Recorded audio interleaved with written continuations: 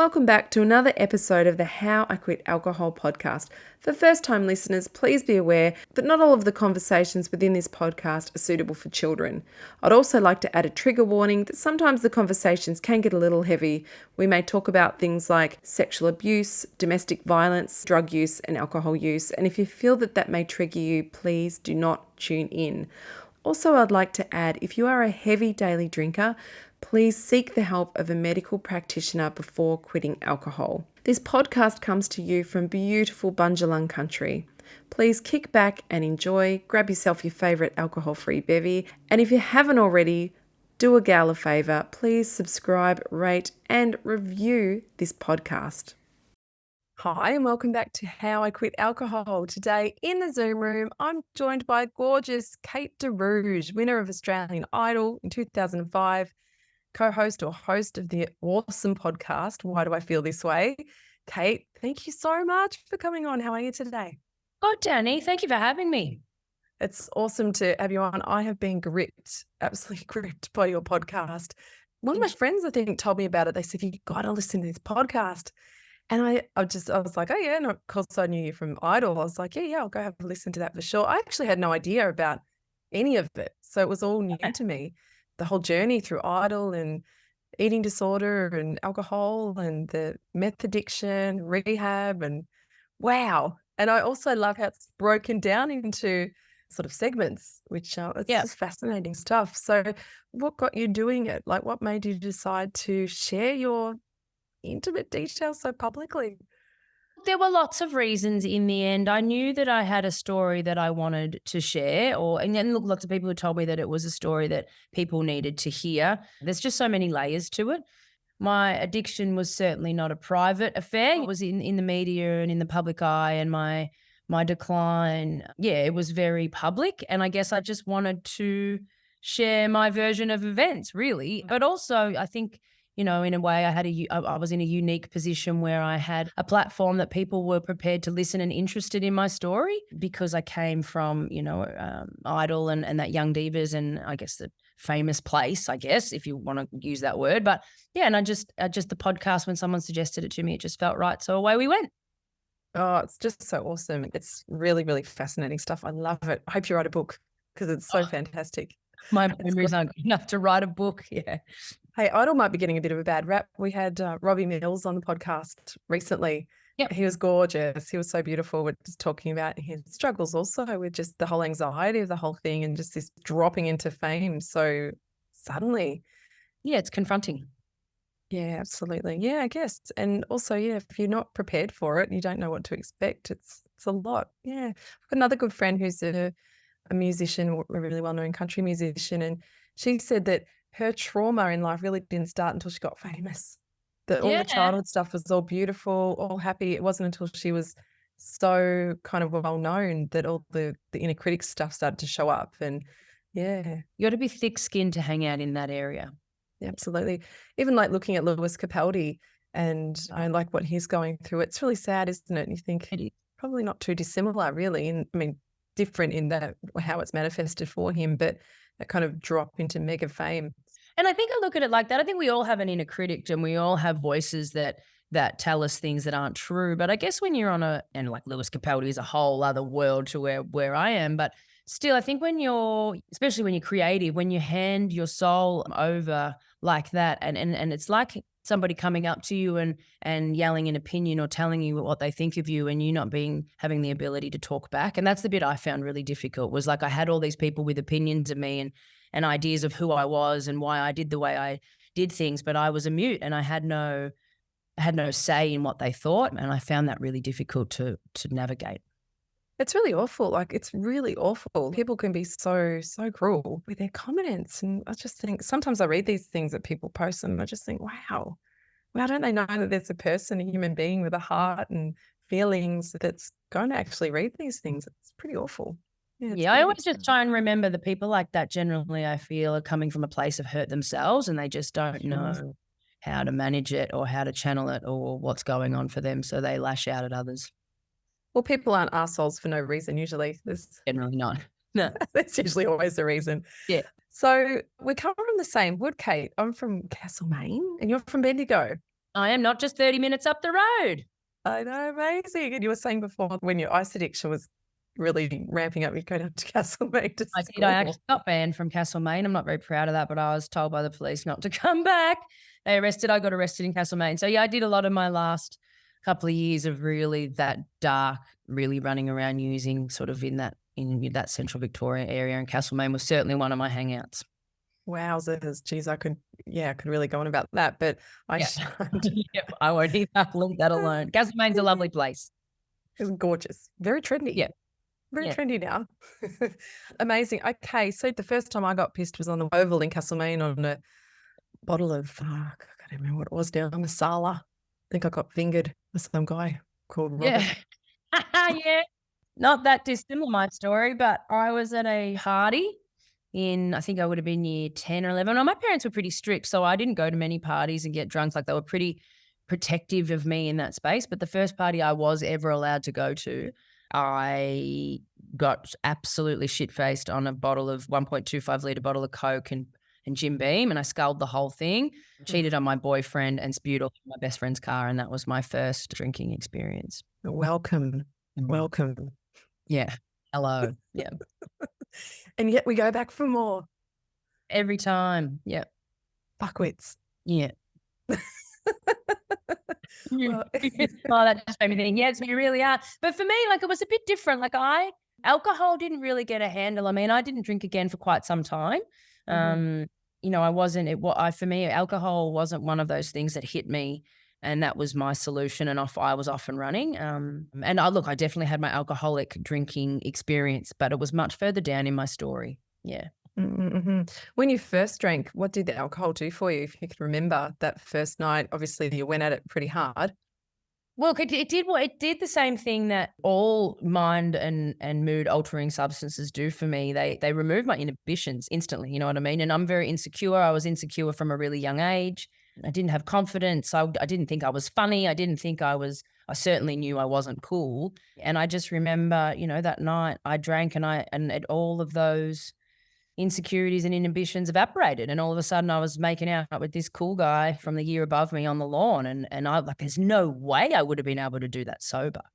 It certainly had that effect. Yeah, 100%. Where do you think the inhibitions came from? Because it seems like from listening to your story, you had a pretty great upbringing. I did wonder, like with the eating disorder, and I'm thinking, okay, what was it? Like, where do you think it stemmed from?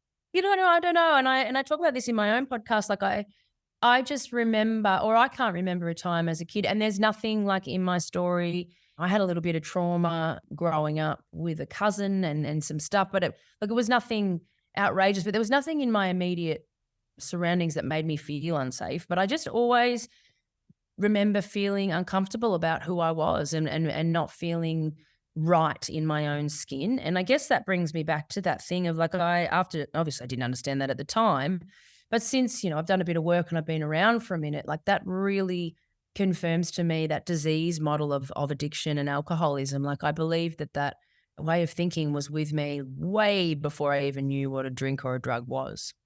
So even, I'm sure you've done lots of work on yourself when you've kind of looked within and gone there with probably therapists and things like that. That feeling of not being safe and comfortable in your own skin. Yeah. You still, though you did mention something happened with your cousin. I won't out her too much because she had her own issues. She was just her own trouble. She had an alcoholic mother and she was troubled herself, and she didn't help me feel safe. She just would tell me things as a 4-year-old that were traumatic. Let's say that. You know what I mean? Like, right. To an adult, it's all fine. But as a 4-year-old, they were quite traumatic pieces of information that really made me feel scared and lots of other things. Wow, that makes sense then. Yeah, you know what I mean? It wasn't as horrific but as we all know from doing work, like trauma to a 4-year-old can be something that to an adult might seem irrelevant or insignificant, but can really affect a small child. So I had my own set of traumas through that, but I was terrified of the dark till I was 16. Yeah. So, but I just, my first addiction was food, and I showed signs of that from when I was, a 5-year-old. I would hide food. I would lie about food. I would eat in a secretive and shameful way and show all the behaviors that I did as a drug user all those years later. The behavior was the same. It just looked a little bit different. Yeah. Wow. Amazing. Yeah. What was with the eating disorder, what was that doing for you? Well, I guess it helped me. Like, I don't, obviously as a 5-year-old, I'd have no idea and I can't, Mm. but looking back now, I think it helped me. It gave me comfort. You know what I mean? It was Mm. comfort and it helped me regulate how I felt.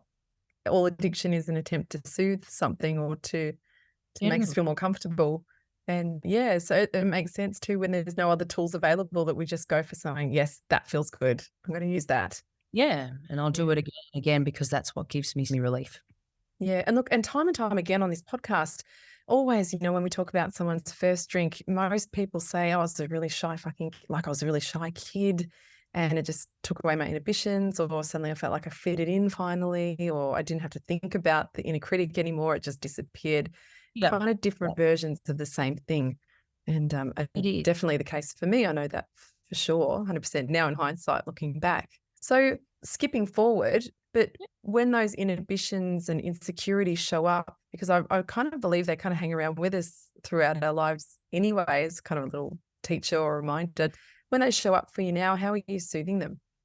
So I'll be really fucking honest. Like, I still struggle, and I feel like since putting down drugs and alcohol, which obviously were the addictions that were that had the most catastrophic fallout, I guess, and had the ability to kill me in ways. I feel like it's been a game of whack-a-mole. I feel like it's just been every time I put something down or I stop doing something in an addictive way, like something else pops up. And in the last 6 years, it's been relationships or sex, or it's been shopping or spending, or like I could get addicted to fucking air, I reckon, if it would give me something and a bit of space for myself. It's been a real learning curve trying to find something that's not destructive to do that, to soothe. And for me, it's talking is the biggest key for me. Like, I find if I'm not staying connected to people, like-minded people, and understand the way I work, then I can get really messy and all those addictions can pop up. And the first one to always pop up is food. Yeah, wow. Are you in some kind of 12-step program? Yeah, NA was a big part of what saved my life, as well as rehabs, therapy, and a bunch of other things. But I'd be buggered without NA. Yeah, I think that connection to community and like-minded people is what keeps us sane, and just being around people that want to better themselves as well, that want to get better. Yeah, and it stopped being about drugs quite quickly. Once there was a bit of space between that compulsion to use, it became around exactly that. It became about being around other people that were curious about themselves and curious about why they behaved and why they thought the way they thought, and just wanted to be the best versions of themselves. And that was really great for me. Yeah, that's why it's just so essential to have some kind of community around, especially if you've been at the kind of sticky end of things when it's got pretty out of control. I think we just have to be around those people that get us. I've got full respect for the 12-step program because I know so many people that have been on the podcast have used it as well. So Yeah, I think it's great. It's beautiful. and I think it's important for anybody to find their own version of that. As you said, like whatever your community or your people that are on the same path as you, like I feel like it's so hard to do it on your own. Absolutely. I just feel too that for me, from my perspective, I just have to be around people that just want goodness, that just want good stuff. They don't want to sit around gossiping or talking about people or that kind of really, idle bullshit that goes on. Just not that it's always earnest and heavy and deep, but still playful, but Yeah. just wanting, wellness, I suppose. Yeah. So obviously you've had that time where you were teenage years and you spewed in your friend's car or you Yeah, your did friend's all car. that. Done all Yep. that. Tell us about when it started to get a lot more intense, when the drinking started to really escalate for you. So the drinking really stepped up. And look, to be honest, whenever I drank, I didn't do it. I was never that girl sitting on the beachfront having one cocktail in the sun, being fabulous and going home and going to bed. Like that's drinking has never looked like that for me. I'm trashed. I'm a mess. I've fallen over. Well, it's whatever. I've never been a glamorous drinker. However, it wasn't my thing of choice. So it only really became a problem when I ended up back in my hometown, Bendigo. My parents had come and ripped me out of Sydney because I'd just burnt my whole life to the ground there, and it was just time. I wasn't safe where I was anymore.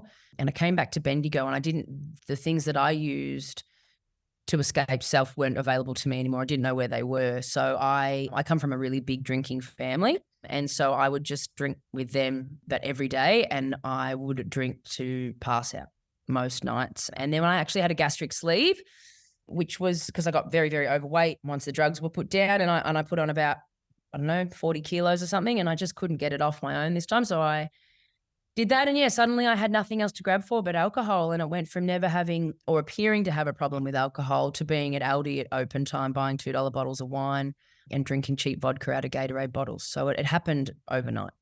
And were mum and dad noticing the drinking? Look, they were, and I don't want to paint them in a bad light at all. They're big drinkers, and they're big wine drinkers. They drink at nighttime. They're business people. They would come home from work. They would drink wine or whatever, and I would get involved with that. But they didn't know about the bit where I would wake up in the morning and continue to drink. Wow. Considering your past, were you thinking, well, this isn't as bad as what I've been doing? I don't think I was thinking at all by that point, you know what I mean? I was just grabbing, like I was just reaching for whatever it was that was going to work in that time. And I just found, like, this sounds terrible, but I'd choose a come down fucking any day over a hangover. Like, I just hated hangovers. Not that I ever came down much either, I suppose, but yeah, it was just like anything else. As soon as I felt sober, or as soon as I opened my eyes in the morning, that monster was at the end of my bed, and I was off. Yeah. Wow. What were you trying to escape? Was it still the insecurities, or what was going on for you then? I don't know. As I said, like, just for as long as I can remember, I've just never felt, until recently, obviously, and I've done some work, and I'm really happy to say that I've got freedom from that most of the time. But despite all the evidence in my life, and despite all the success and all the people cheering for me along the way, like, I just had never felt like I was enough or I stood up. And I just lived in this fear of, like, one day everyone was going to work out that it was a mistake, especially once I won Idol. I really believed that, just like, I was just that imposter syndrome, like, she's fucking not meant to be here. Like, and I was just, I just could never back myself. And I just hated myself, like, deeply, deeply. And then once I started using, once the fun bit wore off, which happened pretty quickly, like, then I was just collecting a barrage of shit behavior and cheating on boyfriends and treating people badly and all the shame that's connected to that, and stealing and lying and cheating and all of that stuff. So I just was riddled with hate and guilt and shame, and I just didn't know how else to manage it. Wow, it's so full on to imagine someone just to wake up and then go, I can't stand this demon that's standing at the end of my bed. I've got to get out of it. I've got to get it away from me. Drink it away. Drink it away, yep. Wow, it's so sad. How long did that go on for? Well, I want to say, and look, my brain cells are a little bit fried from all of the years, but I want to say the just hardcore just drinking was about 2 years. Wow, that's a long time to be doing that level of drinking. Were you worried at all about yourself, or was it just that there was so little self-love that you didn't care? Didn't care. I didn't have the ability to care, but I knew it was wrong and I knew it was a problem, but I wasn't capable of even thinking about the possibility of not doing it. Well, when we do destructive things like that, when we just have so little care for ourselves, it's just so heartbreaking, isn't it? How do you feel when you look back at that version of yourself? Oh, look, it hurts. And I look back at that girl and I just want to grab her. I just want to grab her and hold her. And it's like the pain. She was in so much pain. And I do look at her. I actually have a name for her. It's sort of like my alter ego. That's my addict and my alcoholic. And her name's Bobby. And Bobby was fucked. And that helps me separate that behavior and the person that I am today. Like, it's not the same person. There's a part of me, I guess. But yeah, look, she was just sad and in a lot of pain. Yeah, and oftentimes we don't realize when we're in it too that there's a fear driving us. There's so much fear. The fear controls my life and has done, and I really relate to that thing of being just scared to be with somebody, scared to be alone, scared to succeed, scared to fail, just scared to just do anything. So I just stay in one place and do nothing. Well, and really too, that fear stems back to, even if you wanted to kind of deconstruct, back to that little girl. Just getting fed all these stories that are making her feel fearful, and she didn't know what to do with that fear, most likely. Yeah.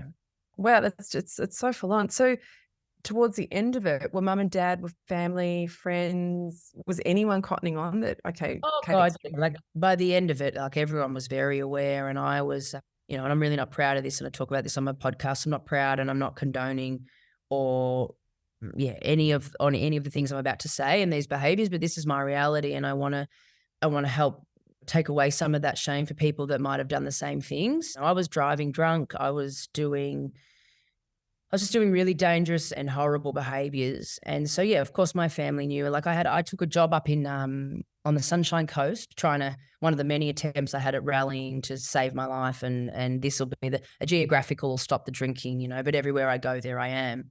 So I took this job on breakfast radio.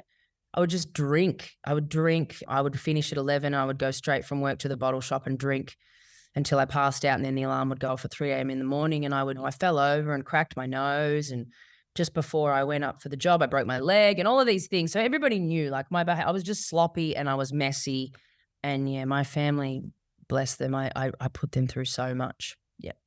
That's the hard part, isn't it? Sometimes when you think about the impact it's had on other people. The episode I was listening to yesterday with your siblings about the impact it had on them, I was like, oh, and that was really brave of you to have them on to talk about that. That's huge. I was very brave of them too. But yeah, I think but Yeah. that's the important part. Like, everyone, I think, talks about the damage that an addict does to themselves, but family and the loved ones, as I say, is often the silent sufferers. And my sister said a really beautiful thing. Well, it wasn't beautiful, it was hard to hear, but it's really hard to be a casualty of somebody's story that you didn't have a choice in. So yeah, sorry, I get a bit heavy sometimes. Sorry. I love it, mate. I'm all about the heavy. I love a laugh, but I love the heavy. I love that what you said too. Everywhere I go, there I am. There's so many people, and I've also done this too, where you think, I'll just move. If I move, that will fix everything. But we've got to change the belief about ourselves, don't we? We can't. Geography is not going to do anything. No, and I tried many, let me tell you. But yeah, I'd go and I'd set up in a new town and a new man and a new job and a new whatever. But I hadn't solved any of the issues, and all the issues were just in the next town waiting for me. And then imposter syndrome, it's so huge too. Like, and there's that fear of being found out, that they're going to see that I'm not good enough. Yeah. Why are we so scared of that? What do I mean? Like, for people listening too, there'll be loads of people listening to this who will be thinking, yeah, that's me. That's me. I'm scared of being seen. I don't know. I wish I had the answer, and I still am on the hunt for it. I don't know why. And I feel like if I knew, I'd be either very wealthy or very happy, but I don't know what it was that created that belief. It's just something that had been with me forever. Yeah. There's a really great book by Thích. It's called Fear, and the whole book is just about our fears, and it's a beautiful book. But he really just sort of helps us deconstruct the fears and how that most of our bad behavior is driven from fear. Yeah. And anytime we're doing something, we can ask that question, what's the fear here? What am I really, really afraid of? I've got a beautiful friend, one of my best friends. If something's bugging me, she'll always say to me, what's the fear, Danny? What are you afraid of? And that's so powerful. It is. And we learn a lot about that in the 12 steps too. Like, what part of you is that affecting? Like, what, and you're very right. Like, most of my behavior is driven by fear of not having enough, fear of not being enough. And that was one of the most confronting but freeing experiences of my whole journey. Was one of the parts of the steps is actually writing down all my defects of characters, but working out the fear that was attached to that defect and why that defect plays out in my life. And yeah, it was very, very powerful. It is bloody powerful. So the friend that I was saying that asked me that all the time, she's a 12-stepper. Her name's Linda. Yes, that makes sense. Yeah. Yeah. She's been on this podcast a bunch. But and it's great. And we often talk about that kind of looking at yourself and looking at your defects. And it's powerful stuff. I think the whole AA program could just be a great spiritual practice. Oh my God, I think they should teach it in school. I think if they taught that stuff in schools, people would just be better. You know what I mean? It's just for me, I just look at it and go, the 12 steps, the word God might scare people or whatever you want to say. But if you actually strip all those kind of words away, it's just a beautiful user's guide to who I am. It just explains to me why I am the way I am, why I think the way I am. And it just makes me be able to treat myself with kindness, really. Yeah, 100%. Because seeing the patterns and seeing them as they play out and understanding them, then we can kind of have, the compassion for ourselves. We're not self-flagellating and telling ourselves that we're dickheads for being a certain way. It's just like, oh, there's that again. Righto. All I'm behaving like that. Of course, this is coming up for me. Like, Yeah, 100%. Yeah, it's just so powerful. I don't know how, and Linda said, friend, we often just talk about the recovery all the time. Like, that's what we talk about, spend hours on it, just marveling at, like, wow, we're so lucky that we get to do this work on ourselves. Like, so many people don't. And I think, wow, imagine going through a whole life and not taking inventory of yourself or not doing the work of some sort on yourself. So in some ways, we're the lucky ones. Yeah, and I agree with that. Like, I'll never say I'm grateful for being an alcoholic and an addict, because I'm not, and I wish there's parts of my brain that I wish that didn't work like that. However, I am that, as you said, I am grateful that my hand was forced to do the work on myself. Yeah, and a lot of people don't get in enough pain to know that there's a better version of themselves on offer. Absolutely. So obviously people want to hear your whole story, they'll go to your podcast. So I don't want to give too much away because it's so fascinating. It's so brilliant. So I know that you went into rehab essentially for the meth. Yep. It was alcohol very much obviously part of that as well. So it was just a full, like, we're not doing anything. So the day that I view alcohol the same as I view all drugs. It's not a separate thing for me. Anybody who's in recovery from drugs generally won't touch alcohol either because it all ends up in the same bin, I guess. So yeah, the day I put down all the drugs was the day I put down alcohol as well. So I haven't had a drink for nearly 6 years now. Wow, that's so amazing. Well done. Yep. Did you ever feel triggered when you got out to drink? Absolutely. I find that the most difficult one still now because drinking is such a normal part of life and so many people do it, especially in our culture and in this country. Like people don't ring up and say, hey mate, let's catch up for a cup of tea. People say, we'll go to the pub and have a beer or let's go for a wine or whatever. It's just who we are. And especially like my family, as I said, are really big drinkers. My partner is a normie. He can come home and have one beer and be done with it, which infuriates me. But yeah, so I still like that's something I have to remind myself of. And I have to remind myself that, and I still do sometimes go, oh, maybe I could just have one, like I could give it a go. But I have to remind myself that drinking has never looked like that It's never looked like that for me. So, and it's just not worth losing everything that I've gained in the last 6 years to have one drink. That's so important. And for people listening, I hear it all the time. Kate. Like people will message and say, I think I'm good now. I think I've got this. And I just think, oh no. Don't. I've known many people even to leave the program that I'm in and go out and just try drinking and it never ends well. I do feel like once you cross the little red line of drinking unmanageably, let's say, or using anything unmanageably, it's very hard, if not impossible, to ever do it manageably again. I 100% agree. Yeah. And I know some people will probably get smashed after this and people going, you fucking bullshitted, and you can't. Yeah. My auntie did it. Yeah. Your auntie, she's a unicorn. Yeah. Good for her. Yeah. Good for Auntie Marge. But no, yeah, totally get it. And what would you say then? So what's one of the greatest tools when I call it the sneaky bitch, when the sneaky bitch shows up and says, let's just have one?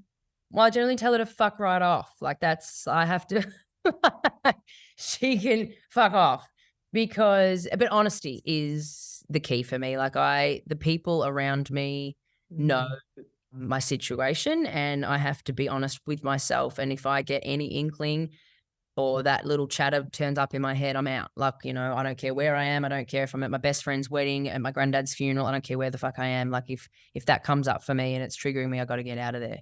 And that honesty with myself and the people around me, my safe people, and communication is super important. Oh, honesty is everything. Honesty is everything. I'm not being honest, I'm in trouble. Yes, because you think about even as a binge drinker, there was still dishonesty involved. It was like trying to act sober when I'm on the phone to Ash and him doing the same, or, like sneaking extra drinks and pretending like there's dishonesty there. And I think that's what gets us in the shit really big time. Yeah. And as soon as dishonesty comes up on the flip side, when you're trying to be sober, we're the best at lying to ourselves. So once that deceit comes to myself, then all bets are off and I could do anything. Oh, fuck. I've had a lady on this podcast ages ago where she left her own dad's funeral because she was done. The sneaky bitch was showing up at the wake. She's like, I've got to go. She didn't even tell anyone. It's out. Yeah. Tell me, so let's say you're at your best friend's wedding. The sneaky bitch shows up. You're out the door. What next? What's happening for you? What might be going on in your body? What do you do for yourself to get over that next part? The next part is, again, and touch wood, like I actually haven't had, and I'm super grateful for this, I actually haven't had any kind of, actually there's been one, but we'll go to that in a minute. I haven't had any major in a social setting where I've been triggered like that because I didn't allow myself to go into any social settings for a really long time that would be triggering until I knew I had my feet really firmly planted in recovery and my head firmly planted in the idea that I cannot have even one. I just didn't risk it. I just didn't put myself there. It just was easier that way. But I've got the people. I've got my core group of people that understand me. They're not going to judge me if I call me and go, fuck, I nearly just ripped that champagne out of that lady's hand and drank it. Like, what do I do? I make phone calls, and then I up my recovery and I up my program that I don't have to run so tightly and so strictly now as I did in the beginning. But if those thoughts come up, like I go back to basics. I go back to doing the stuff that I did in early recovery. That's brilliant. Yep. Yeah. Take it back to basics. Go back to the start, like treat it like I'm in triage, treat it like I'm in emergency, and go back to what it was like at the very begining. Yes, that's brilliant.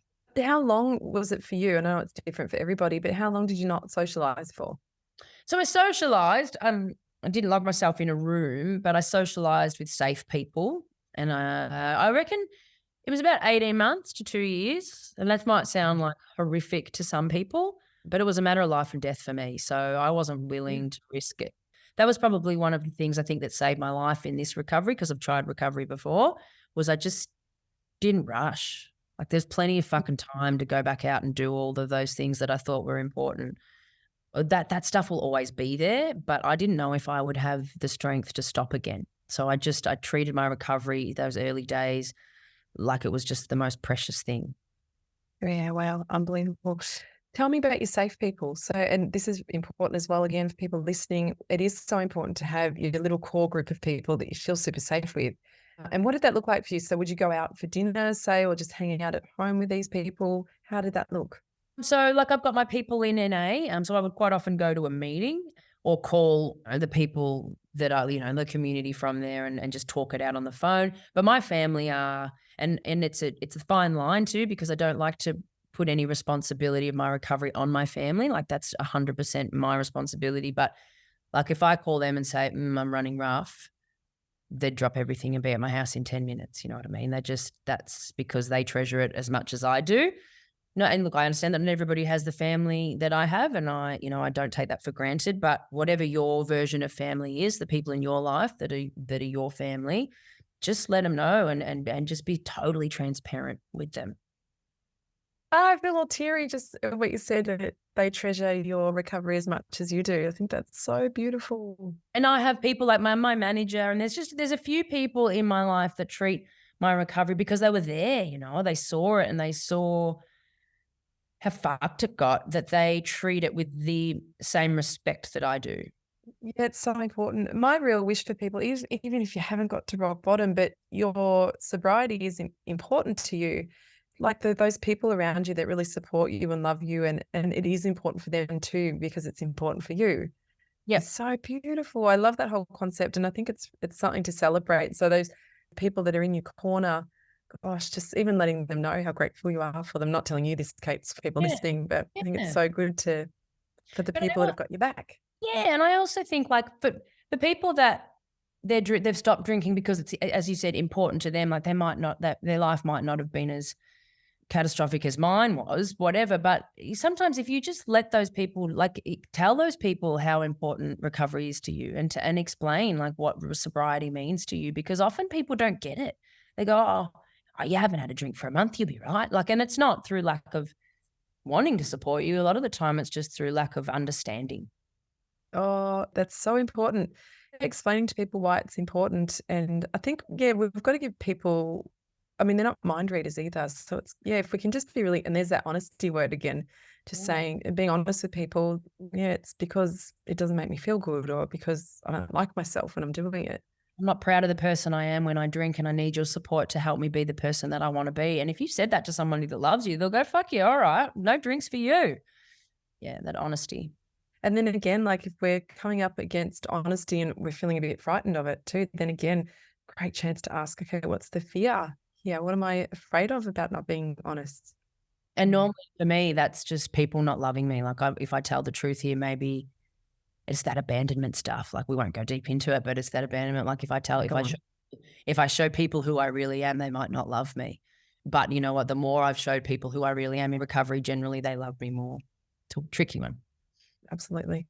I think that's one of my greatest fears too. I can feel it. I can feel myself tighten up, and even if it's just saying no to something, or there's that fear of not being loved, and it's such a big one, isn't it? Yeah.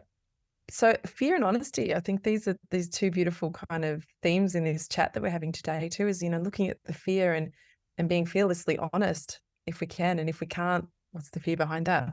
what are you afraid of? And it normally just comes back to that same two things, fear of not having enough and fear of not being enough. When you're faced with something, if you're fearful of not being loved, what do you tell yourself then in that case? So, okay, if I said no to someone and I'm worried they're not going to love me anymore, what's the next part for you? What's the next part that you tell yourself? So I generally, and I've got a few people again, like there's maybe 2 or 3 people that I have in my life that I have to fact check because I tell myself lies and shit all the time. You know what I mean? Like I tell myself all kinds of crazy stuff. Like I still, for example, when people are angry and I've walked into a room and people are like, you know, in a mood or whatever, I'll instantly think that they're mad at me. I'm like, fuck, these people are mad at me for no reason. Like I haven't even been there. So I know quite often we'll have to ring somebody and say, hey, my sister's a really good one for that. I'll say, hey, this is what I'm thinking. And she'll go, well, let's just talk that like, let's just actually look at the facts in that whole scenario. And I'll go, oh yeah, that's maybe. And you know, that's self-obsessive really. Like who am I to think that everybody's thinking about me all the time? But so yeah, it's fact checking for me a lot of the time. It's going that if I leave my own thought processes to play out on my own, quite often I'll tell myself lies and make up things that aren't true. So again, it comes down to being able to communicate with somebody and go, hey, this is what's going through my head. What are your thoughts? It's so powerful, isn't it? I use Byron Katie's questions. I don't know. Have you ever tried those? No. You're going to love this. So it's like asking yourself, is it true? Like whatever the belief is it true? Then the next question, because sometimes it's like, yeah, it's true. She hates me. She thinks I'm a bitch. Yeah. Do I 100% know it's true? So we can't always 100% know it's true because we don't know the circumstances fully, usually ever. And then how do I behave when I believe the thought? So that's, I behave irrationally, and for me, all the things. So how does it feel in my body? What goes on in my mind? I usually get dysregulated and can't focus. Yes. Blah, blah, blah, blah. Worst case scenario, I might want to drink or shove carbs down my face, a bowl of pasta. And then what am I without the thought? Oh, I like that. It's so good. I use it in my journaling all the time. I actually did it this morning. Someone pissed me off, friend. Am I without the thought? Yeah, what am I without the thought? And it's just free. Like you just feel free without the thought. And then you turn the thought around. So what's the opposite thought? Beautiful. Byron Katie, for people listening, her book is called Loving What Is, and it's an absolute cracker. Yeah, there's a great Oprah podcast as well. I'll chuck it in the show notes with her. She sounds like a bit of a whack job sometimes, but Oprah? Oh my God. Not Oprah. No, I love Oprah. Oh. Oprah loves us. Oh, I was going to say, yeah. We love Oprah. No, Byron Katie. So it's amazing. It's such powerful work. So even if we don't have someone that we can call, like what you do, Kate, we can always, can I journal this or can I run through the questions in my mind? Boom, boom, boom. Yep. It's so helpful. Yeah. And the other thing that I do, and I've got better at doing, I couldn't do it early days when I started doing this work, is often just ask the question, have I done something to upset you? You know what I mean? And that's taken me, I can't do that all the time, but I have been able to do, I'm not sure if I've got this wrong, but have I pissed you off? Or, yeah, that's also, yeah. Yeah. And quite often people go, what? But even you saying that, my bum's going tight a bit because I'm like, oh, fuck. Like, I want to ask the question sometimes, but I'm like, too, like, oh, no. Yeah. Scary. Yeah, look, I'm not perfect at that, but if you can get to that, just ask. Yeah, that's great. Absolutely love that. That's fantastic. Okay, so tell me about, you said that we'll come back to this major social event. So was there a big social event that you had where you got super triggered? No, it wasn't a social event. It was, and I don't talk about this in too much detail because I'm just not ready to yet, but I lost my mum in a really sudden and tragic accident last year, and I was 13 weeks pregnant and my little sister was 31 weeks pregnant. And it was the only time in my recovery where the feelings were sudden and instant and overwhelming that I wanted to escape. And I only know one way to escape.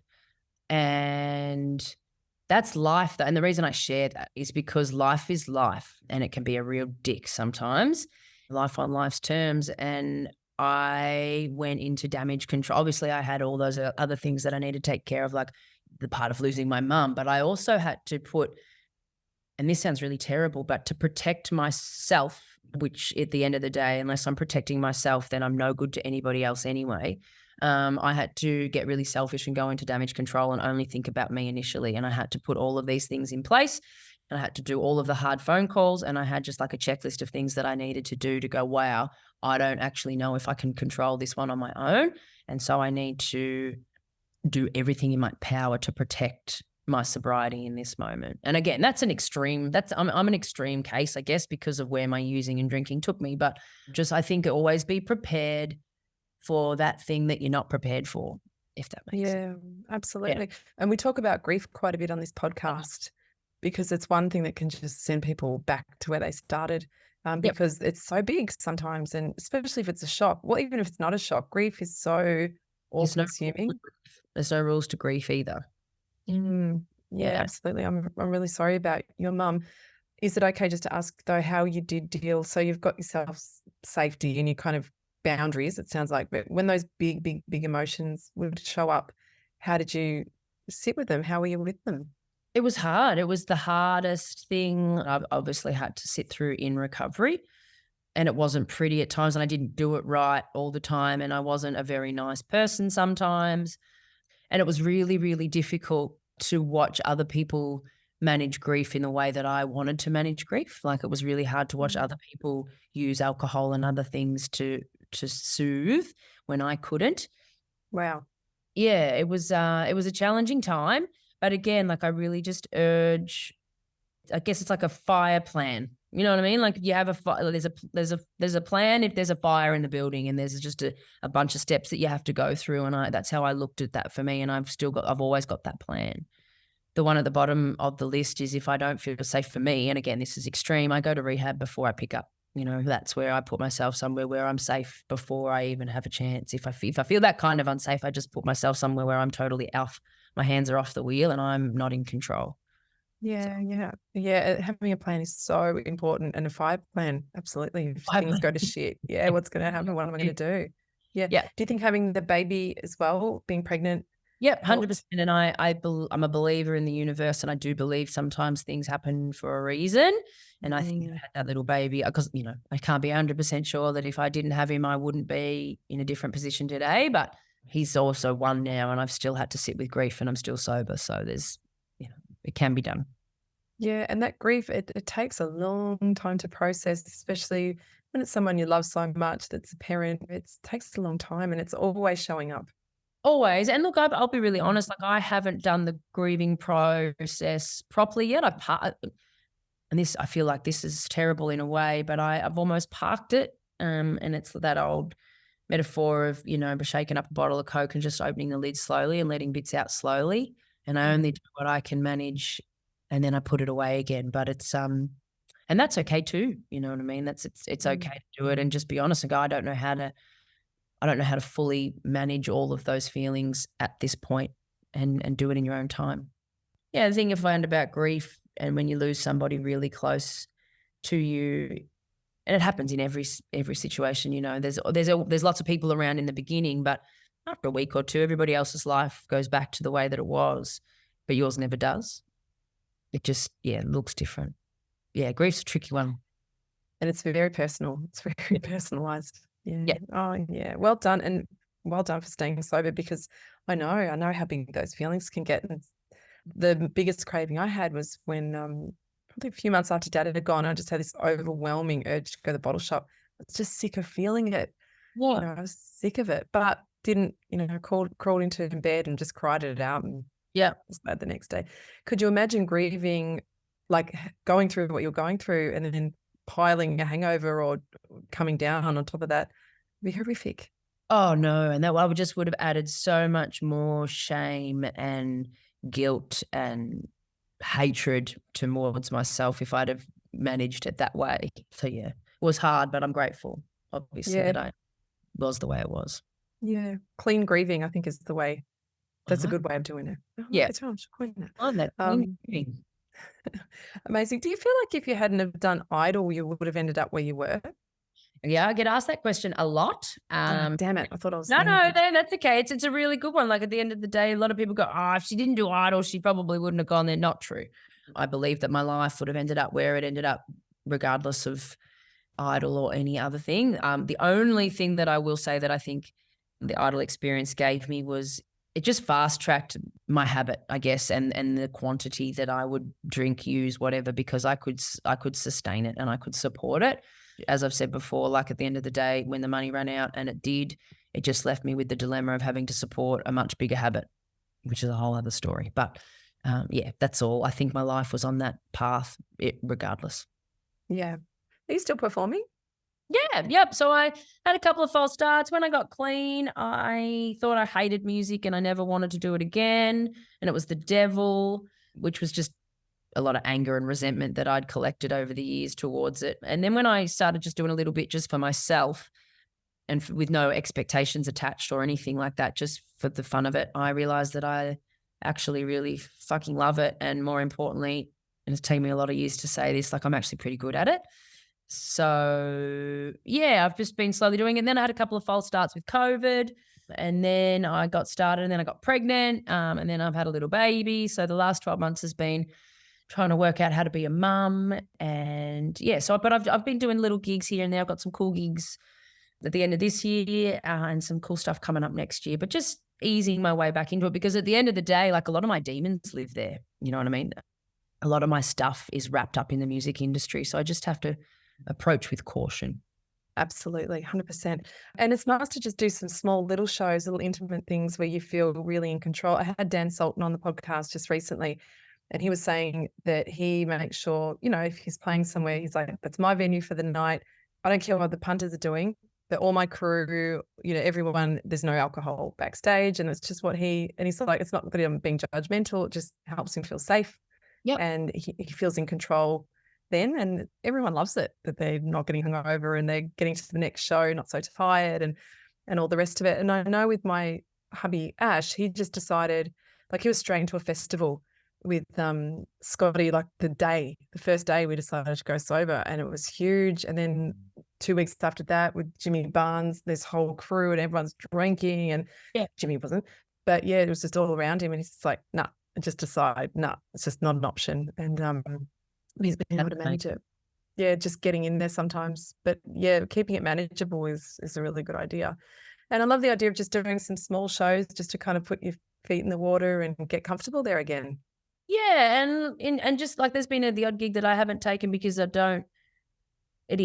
a big bit, like not these days, but back then I just knew that again, back to that honesty with self stuff, like I just knew that I wasn't ready and it wasn't worth it. It just wasn't worth any of it. So yeah, and like I guess in those situations, again, like I've been backstage where everybody's being loud and drinking and looking like they're having a wonderful time, and people offer me a drink and I'm not sheepish about it. I just say, no, I'm in recovery, I don't drink. And it's just that honesty thing again. Yeah, it's awesome. And most people they understand, they get it. Well, they do, and they go, and then they get curious. They go, oh wow, fuck, well, tell me about that. Yeah, 100%. It's such a great opener too. And I think more and more, it's like becoming more the norm now that no one drinks. Like, Ash was just saying that most of his support acts now, because they're way younger than him, they're having cups of tea. Like they're having cups of tea in the band room. There was a show recently he did, there was a big writer and he offered it to the support acts. He's like, do you guys want this? Oh, I don't want it. And they're like, oh no, we don't drink. It's like two bands. I know, it's fucking cool. Good for them. That's awesome. Yeah, it's really, really awesome. I love it. Absolutely love it. And, more and more musicians just doing the same. It's just beautiful. Yeah. Well, so well done. Well done to you. Okay. And tell me, like, the good stuff. I mean, obviously we have to feel the emotions. We have to go through all that. But tell us about the good stuff. Yeah. So I guess like when I came into recovery initially, I thought life was going to be this giant rainbow of unicorns and lollipops. I just think was going to be fabulous all the time. But as I said, like life is life, and life is hard sometimes, but it's hard for everyone, turns out. And not everybody drinks themselves stupid and burns their life to the ground when they have a feeling. So a big part of what I love, like, yes, on the external world, my life looks beautiful. I have all the materialistic things that I lost in my using and drinking. Like I have I have a car and I have a house, I have a beautiful partner, I have a baby, I have money in the bank, I don't have to steal petrol anymore. Like I have all that stuff, I can afford food, all of that external stuff. But the part that I cherish is the internal stuff for me. I can get through life most of the time feeling pretty comfortable in my skin and feeling fairly peaceful. And I don't wake up every morning lashing and whipping myself for who I am and hating on myself all the time. And yeah, for the most part, like, this might sound boring, but I live a fairly simple and vanilla and peaceful life. And that for me is what it's about. Yeah, there was nothing peaceful about my life before I put down all of those vices. What went on up here on a day-to-day basis, I just couldn't even begin to explain to you, but I'm sure you understand. And I just don't have that anymore. That's what's priceless for me. Yeah, I guess stepping away from that chaos and having that peace is so beautiful. Yeah. It's the best. If you could go back in time and speak to young Kate that was getting trashed and getting into it, what would you say to her? I'd say I'd tell her to stop, but she probably wouldn't have listened. But I just told her and tell her that she was loved and it was going to be okay, because I know back then that I didn't think it was going to be okay, and I certainly didn't feel loved or lovable. And I just wish I could show her herself in 6 years' time. Yeah. Yeah, absolutely. That's beautiful. Oh, Kate DeAraugo, I absolutely love this chat. Thank you so much. And again, Having me. yeah, thank you. And your podcast is just absolutely brilliant. How many episodes are you going to do? So we've done the 6, and the first 6 was just me getting real vulnerable and saying, hey, here it is for all that it was and all that it is. And, then my family come in and finish it off. And then we decided I'm just going to take time, let that land, let that process. And then next year, I'm really excited. We're coming back. We've got a bunch of exciting guests, some celebrities, doctors, just people with different types of addictions, different type of mental health, different types of recovery, and just anything that's a little bit tricky and uncomfortable to talk about. I just want it to be, a safe space for people to come with their stuff and talk, because I think there's such power in sharing your inner world with others. And I think that's one of the first steps to getting freedom. Absolutely. Couldn't agree more. Absolutely love it. Oh, Kate DeAraugo, thank you so much. And again, your podcast is Why Do I Feel This Way? Really recommend everyone just tune in, have a listen. It's captivating stuff. You get all the juicy details, but it's beautiful. It's actually, I've listened to it and it's had me laughing sometimes, and sometimes I've been crying listening as well. I'm just like, oh, heartbreaking. It's a journey. It was a journey, and it certainly was a ride, but I'm grateful to be off it. Yeah, congratulations on all that you're doing and all that you've achieved. And I've got to tell you this, you're fucking gorgeous. Oh, bless. And for someone that's been through what you've been through, and you just got your skin glows, your eye, because I don't know if everyone's going to be able to see this, but your eyes, just gorgeous. Isn't it amazing that we can come through what we've been through and kind of, it's like, I don't know about you. I'm 46, and I just feel like I'm in the best shape emotionally, physically that I've been in ever, or maybe it's just been comfortable. I don't know, but yeah, it's good, isn't it? It's good, but yeah, it's amazing once all that stuff gets put down and you give yourself and your body a chance to recover. Like, things can turn around really, really quickly. Absolutely. Love it. Thank you so much. Jenny, thank you so much.